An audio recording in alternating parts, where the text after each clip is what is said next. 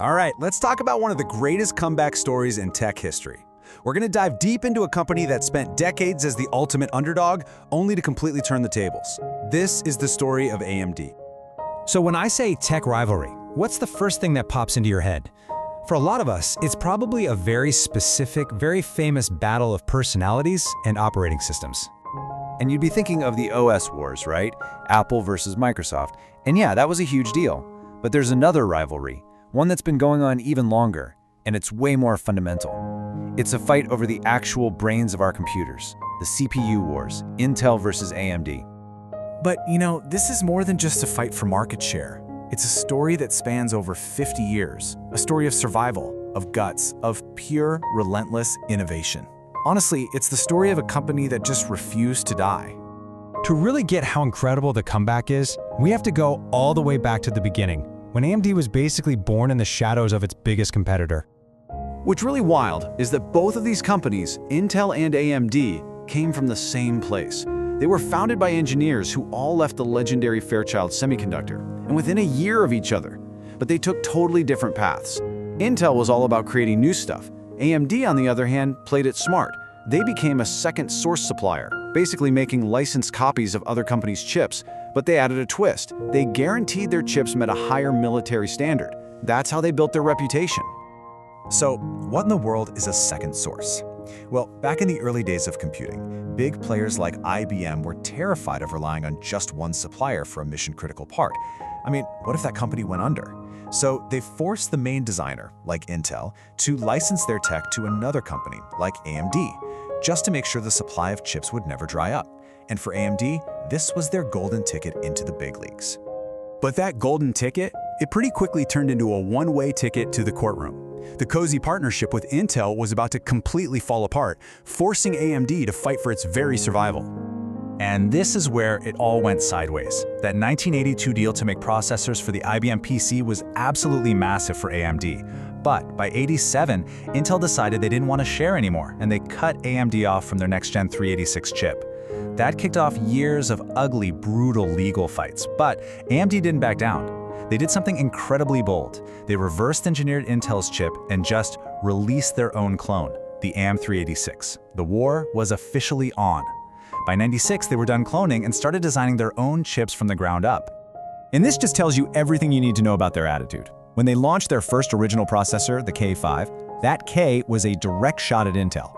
They literally saw Intel as Superman, the untouchable giant, and their chip was the kryptonite. They fully leaned into being the underdog. So as this CPU war dragged on, AMD was, well, they were losing a lot of the time.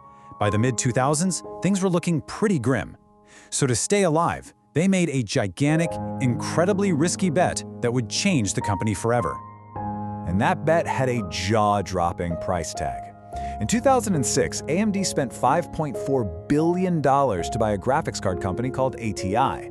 At the time, everybody on Wall Street thought they had lost their minds. Why would a CPU company on the ropes spend that kind of money on graphics? Because they were playing chess while everyone else was playing checkers. This was never just about graphics cards. It was about a project called Fusion, the idea of squishing a CPU and a GPU together on a single chip, which we now call an APU. And oh man, did that bet pay off. It paid off in a huge way with video games.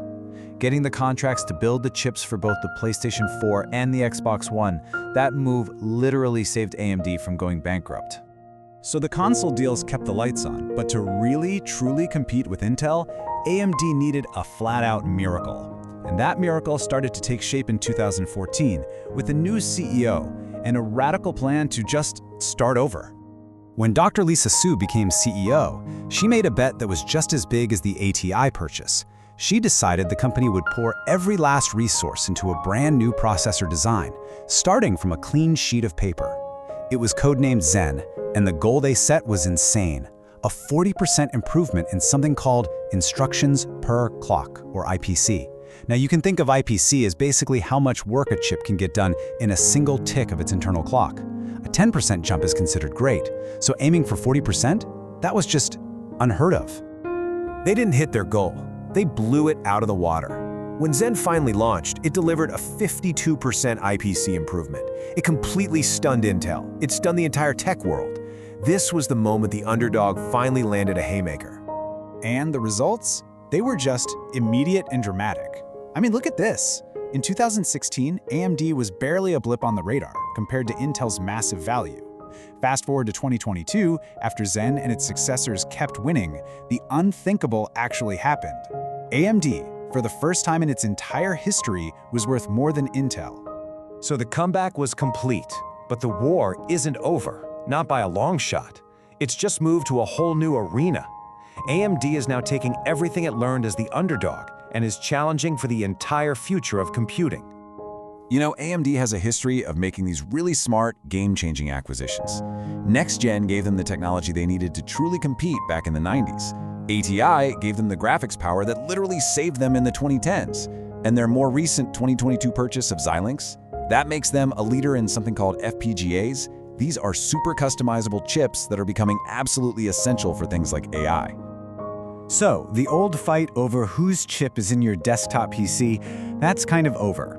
The new battlegrounds are in the massive data centers that run the cloud, in the world of custom chips that power everything from your car to your game console, and of course, the biggest prize of them all, artificial intelligence.